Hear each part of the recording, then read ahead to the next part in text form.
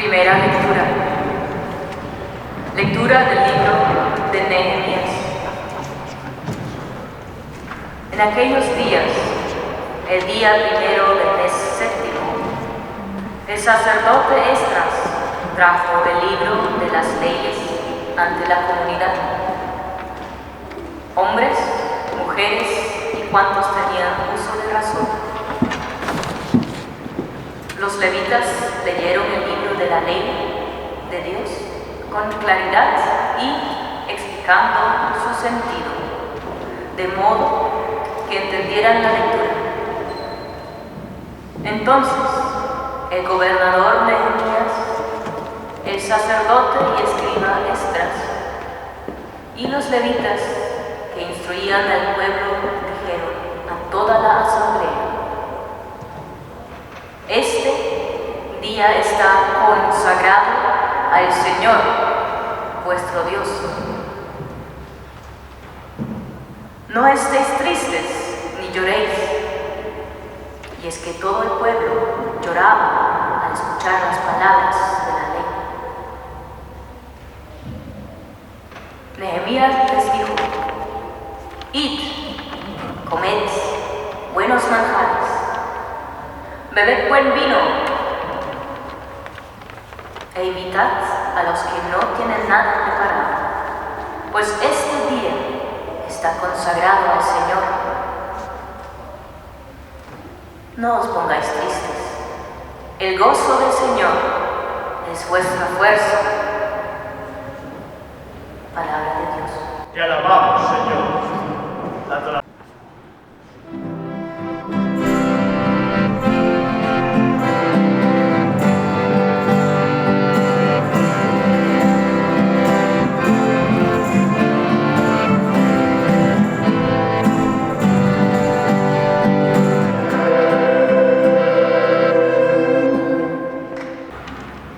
Segunda lectura. Lectura de la primera carta del apóstol San Pablo a los Corintios.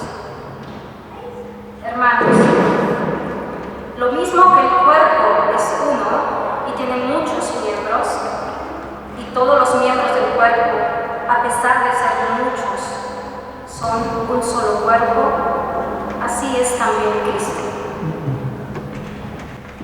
Pues todos nosotros, judíos, griegos, esclavos y libres, hemos sido bautizados en un mismo espíritu para formar un solo cuerpo. Y todos hemos bebido de un solo espíritu, pues el cuerpo no lo forma un solo miembro, sino muchos. Pues bien, vosotros sois el cuerpo de Cristo, y cada uno es un miembro. Palabra de Dios. Te alabamos, Señor.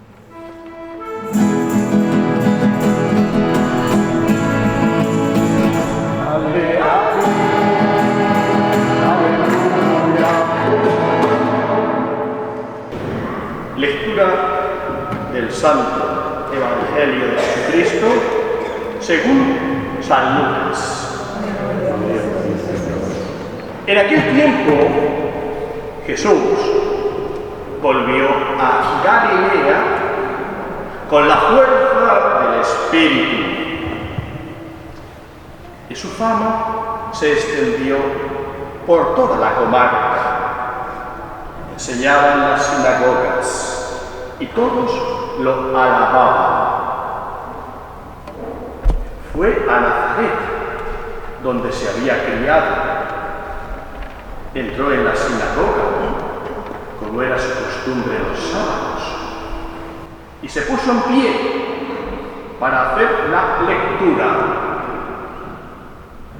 Le entregaron el rollo del profeta Isaías y, desenrollándolo, encontró el pasaje donde está escrito: el Espíritu del Señor está sobre mí, porque Él me ha ungido, me ha enviado a evangelizar a los pobres, a proclamar a los cautivos la libertad y a los ciegos la vista, a poner en libertad a los oprimidos, a proclamar el año de gracia del Señor. Y enrollando el rollo, Jesús lo devolvió al que lo ayudaba. Se sentó. Toda la sinagoga tenía los ojos clavados en él. Y Jesús comenzó a decirles: hoy se ha cumplido esta escritura que acabáis de oír. Palabra del Señor. Gloria a ti, Señor Jesús. Hoy se ha cumplido, Jesús, esta escritura que acabáis de oír. La palabra de Dios es obra, no solo palabra. La palabra de Dios es hecho, no solo mensaje. La palabra de Dios es realidad. Y fundamentados en esa palabra de Dios es que podemos reír, cantar, incluso, con moderación, beber vino. Lo que nos salva. La primera lectura de Nehemías es un pueblo que había estado esclavo en Babilonia, en la deportación de Babilonia. Y su fe se había tambaleado. ¿Dónde está Dios, ese Dios poderoso que a través de Moisés nos sacó de la esclavitud de Egipto y nos hizo libres y nos dio Jerusalén, Tierra Santa? ¿Dónde está Dios? Que hemos sido derrotados y llevados al exilio, deportados, esa palabra tan de moda, a Shafir. Y estando en Babilonia junto a los canales del río, los enemigos les invitaban a cantar un cántico del Señor. Cantamos un salmo del Señor. Israel dice: no, cantamos en tierra extraña, donde hemos sido llevados como esclavos y estamos oprimidos. No podemos cantar al Señor. Primero, porque nos queremos divertir a vosotros, los enemigos. No. Segundo, es que hasta dudamos del Señor. Junto a los canales de Babilonia nos sentábamos a llorar. Colgábamos de los árboles nuestras cítaras, la cítara, la guitarra, el saxofón, no sé si Romer está por aquí. ¿Cómo cantar al Señor en tierra extranjera? Si me olvido de ti, Jerusalén, que se me paraliza la mano derecha. Si no pongo en el Señor toda mi esperanza y canto, pueda que se me pegue la lengua al paladar. Ese pueblo que sufre la tristeza de ni siquiera poder cantar los salmos, cuando después reconoce: estamos aquí no porque el enemigo sea más fuerte, no, sino porque hemos pecado, porque hemos sido infieles al Señor. El domingo pasado recordamos que significa la infidelidad del pueblo al Señor, que es como un esposo, Dios, y el pueblo por unidad como la esposa. Por la infidelidad estamos desterrados, desolados, devastados. Eso decía la lectura del domingo anterior. Y se arrepienten porque toman conciencia de su realidad pecadora y miserable. Invocan al Señor como hemos invocado al principio de la misa: Señor, ten piedad. Cristo, ten piedad. Señor, ten piedad. Y el Señor les concede el perdón y el regreso a la patria, a Jerusalén. Y al llegar a Jerusalén encuentran el templo hundido. Las murallas eran de oro, de plata, fuertes, poderosas, piedras grandes para defenderles. Las murallas de Jerusalén habían sido derruidas. Y tienen que empezar a reconstruir Jerusalén, a levantar las murallas que les defiendan, a levantar el templo del Señor, más grande y maravilloso que el anterior. Y ahí descubren en algún lugar un libro. Anda, en este libro está escrita la palabra de Yahvé, la ley de Dios. Y lo leen los levitas. Quizá porque está en una lengua que no entendían. Han de leerlo despacio y explicarlo al pueblo. Y de nuevo el pueblo oye la palabra de Dios y se llena por un lado de gozo y alegría, pero también de temor, de temblor. ¡Qué grande es este Dios nuestro que nos da su palabra! Y la habíamos olvidado, este Dios grande y maravilloso, y lloran compungidos, arrepentidos. Y entonces hay algo maravilloso. ¿Qué les dice Nehemías, el profeta? No lloréis, no os pongáis tristes, al revés, alegraos, id, comed buenos manjares, bebed buen vino, e invitad a los que no tienen nada preparado. No puede haber fiesta y comer y beber en el nombre del Señor, que quiere, si al mismo tiempo no hay solidaridad a los pobres. Invitad a los que no tienen nada. República Dominicana, gracias a Dios, con playas maravillosas y con el turismo, fuente de ingresos. En cambio, Haití, tierra desolada, hasta sin árboles, nos han cortado para hacer fuego y calentarse y preparar la comida. Tierra desolada, deshecha, destrozada, como estuvieron los israelitas en Babilonia. La palabra de Dios dice: sí, bebe, come, Dios te lo ha dado. Tú lo has trabajado, con el sudor de tu frente lo has ganado, sí, pero solo podrás comer manjares suculentos y beber el buen vino con alegría de verdad, si al mismo tiempo invitáis a los que no tienen nada a Haití. Es de respetar la frontera, es de comprender que el gobierno de República Dominicana deba vigilar, deba saber quién entra, quién sale, quién se va, quién viene, qué antecedentes penales tiene, con qué intenciones llega, etcétera, etcétera. Lo mismo que en Alemania vivimos ahora, el problema de los que vienen de allí lejos, a veces con cuchillos, otras veces solo con hambre, a veces psíquicamente enfermos, como no vendrán traumatizados el que ha nacido entre bombas y entre guerras. A veces las bombas fabricadas aquí, enviadas allá, y el niño que nació entre bombas y viene psíquicamente destrozado, con una violencia en su interior irracional. ¿Quién es el más culpable? ¿Dónde están las raíces del mal? No señalemos con el dedo a estos o a los otros o a los demás. Todos somos iguales a los ojos de Dios. Y todos podemos y debemos cambiar y mejorar.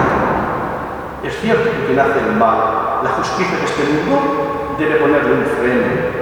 Quien hace el mal, la justicia de este mundo y los jueces de la tierra, según las leyes, el Estado de Derecho puede y debe encerrarle en lo que llamamos cárcel, privar de libertad al que amenaza la libertad de los demás, privar de libertad a quien ha matado de una manera cruel, increíble, inexplicable a un niño de un año. Cierto, sí, pero una cosa es la aplicación de la ley a quien cometió el delito y otra sería la respuesta populista e irracional de atribuir a todo un colectivo lo que uno o varios o muchos miembros de ese colectivo haya hecho. Algunos españoles se visten de toreros, algunas españolas de flamencos.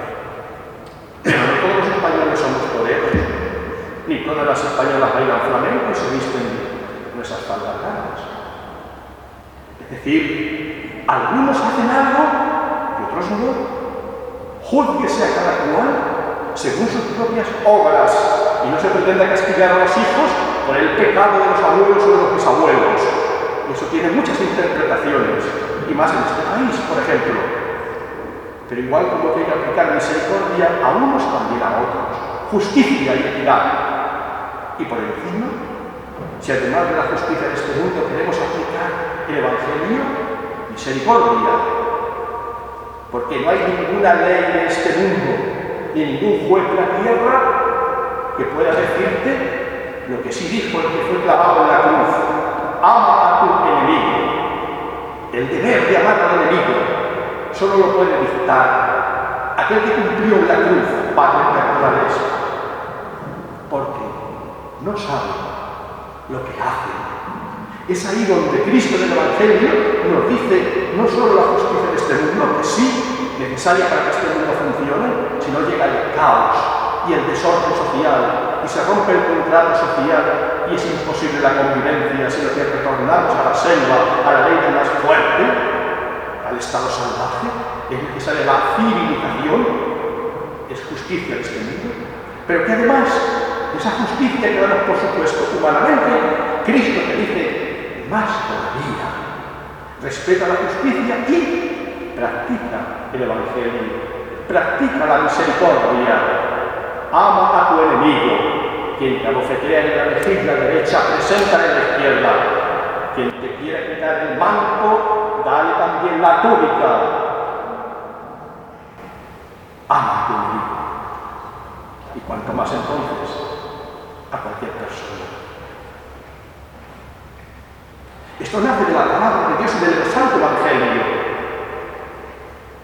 que nos hace a todos iguales, que ha dicho San Pablo. Yo he puesto como ejemplo si uno es más guapo o menos, si uno canta mejor o peor, si uno es más inteligente que el otro o menos inteligente. Son esas cosas que yo soy de este equipo de fútbol y el equipo peor, etc. No. Hay algo mucho más grave y profundo. Hay unos que son griegos y otros que son judíos. Hay unos que son libres y otros que son esclavos. Hay unos que son hombres, el varón, en la perspectiva del Antiguo Testamento, la preeminencia del machismo, y otras que son pobres mujeres que no sirven para nada. En un tribunal, en aquellos tiempos, si dos mujeres decían una cosa, testigo real, y un hombre solo decía lo contrario, ¿sabéis a quién daba la razón al juez? Al hombre. Evidentemente esas injusticias sociales entonces San Pablo las enfrenta. Dice, en Cristo estamos unidos, hemos sido bautizados con un solo espíritu, y aunque somos distintos, igual como el cuerpo es distinto, no es lo mismo la mano que los pies, no es lo mismo el ojo que los oídos, y sin embargo todos somos miembros de un solo cuerpo, y en ese cuerpo Cristo es la cabeza que nos unifica a todos. Así también la Iglesia, así también el mundo y la sociedad debería ser. Ya no hay esclavo y libre, ya no hay hombre o mujer, ya no hay griego o judío. Todos somos iguales en Cristo. Ya no hay ciudadanos de la Unión Europea del Tratado de Schengen y otros que no lo son. A nivel humano, los jueces de la tierra sí deben aplicar esas leyes y así funciona el mundo. Pero desde la perspectiva del Evangelio y de la fe, desde el mensaje que la Iglesia debe predicar, somos uno y no hay distinción. Y en el reino de Dios no hay fronteras, no hay nacionalidades, no hay visados, no hay ashafi. En el reino de Dios no hay deportación de nadie ni de nada. Y entre nosotros a veces hay personas nacidas en este país, con todos los derechos, o hemos nacido en España, en el lado de Schengen, Unión Europea, todos los derechos. Hay personas que han venido de lejos, pero tomaron la nacionalidad alemana y ya tienen todos los derechos. Pero hay otros que no, que están con el estatuto de extranjeros y cada 3 meses o cada año deben renovar el permiso de residencia hasta que llegue a ser indefinido. Tienen que renovarlo. Y otros que no tienen permiso legal de residencia, pues entraron de manera ilegal. La ilegalidad no convierte en criminal ni en delincuente a nadie. Es cierto que las leyes de este mundo deben funcionar y si alguien no tiene la documentación debe ponerla en regla, debe presentarse ante el tribunal y explicar estoy aquí porque huyo de mi país, estoy aquí porque me persiguen, estoy aquí porque hay peligro para mi vida si me retorno a mi patria, etcétera, etcétera, etcétera. Hay que fundamentar el derecho de residencia aquí y hay que manejar las leyes de este mundo y respetarlas, sí. Pero no podemos criminalizar a quien solo tiene un delito administrativo de papeles, es diferente al que mata a un niño de 1 año. No confundamos las cosas, cada cual según lo hecho. Así se merece un trato u otro. Esto nace de la fe en Cristo, el respeto a la persona, porque todos hemos sido hechos a imagen y semejanza de Dios, hombre y mujer, y de cualquier nacionalidad. Todos venimos de Eva y Adán, pero los biólogos lo explican por su parte, ¿no? El poligenismo y el monogenismo, eso. Pero todos venimos de la mano de Dios y tenemos la misma dignidad. Ese es el mensaje fundamental de la Biblia, que en otras culturas y religiones quizá no está o está de manera compleja. Hay mentalidades que dividen el mundo en castas, en grupos, en clases sociales, los de arriba y los de abajo, los esclavos y los libres, los que tienen la cabeza para pensar, el estómago para digerir, los pies para correr y la mano para combatir. Y unos son soldados, otros campesinos, otros reyes y mandan y gobiernan, algunos son los del clero, que también tenemos que estar ahí. No hay castas ante Dios.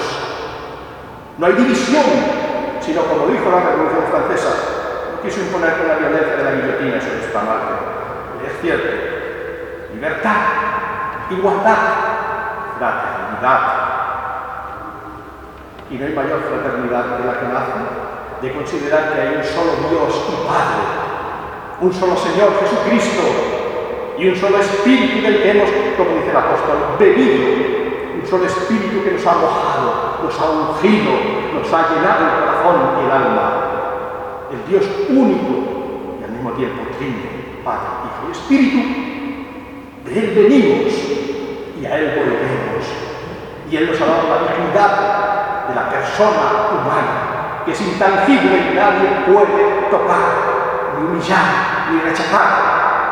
Y cuando en virtud de leyes de este mundo manipuladas para rechazar, dividir, separar, poner fronteras y levantar muros, se pretende dividir a la humanidad, eso es blasfemia contra Dios, que nos ha hecho iguales, nos ha hecho hermanos, nos ha hecho libres. Para terminar, ¿qué decía Jesús en el Evangelio en la sinagoga de Nazaret? Él trae la buena noticia, porque está ungido, eso significa ser el Cristo, el Mesías, el ungido por Dios, lleno del Espíritu. Comenzaba diciendo, en aquel tiempo Jesús volvió a Galilea. ¿Qué tiempo? Domingo anterior, hace 2 domingos, era el bautismo del Señor. Y entre el bautismo y la lectura que hemos escuchado hoy en la sinagoga de Nazaret, están 40 días en el desierto. Y Jesús se enfrenta a Satanás, al pecado, a la muerte, a las injusticias, a la soberbia, etcétera, etcétera. Y Jesús vence a Satanás en 40 días de oración, ayuno. Y cuando Jesús ha vencido a Satanás, dice el evangelista, lleno de Espíritu Santo, empujado por el Espíritu, vuelve a Nazaret. Y allí desenrolla la profeta Isaías y lee, vengo con el Espíritu, soy el Mesías, vengo a dar la buena noticia, es decir, el Evangelio viene a los ricos, a los poderosos, a los que viven en castillos y mandan a las tropas mandar niños inocentes como hizo Herodes. Se repite la historia. Una espada con un cuchillo, la muerte de niños. No hay nada nuevo. La buena noticia para los pobres, para los débiles y para ese niño muerto. Y para esa niña gravemente herida. Y para los padres de esos niños. Y para la sociedad entera de Aschaffenburg, que no debe dejarse dividir por nadie ni por nada. La unidad del género humano, que ningún odio, ningún rencor y ninguna venganza nos destruya la unidad. Somos uno. Justicia sí, a cada cual según lo que ha hecho, evidentemente, pero respeto a todos los demás, a todos los familiares. Porque Jesús trae la buena noticia a los débiles. Más todavía, ¿qué dijo su Santa Madre, la Virgen María, Nuestra Señora de la Alta Gracia?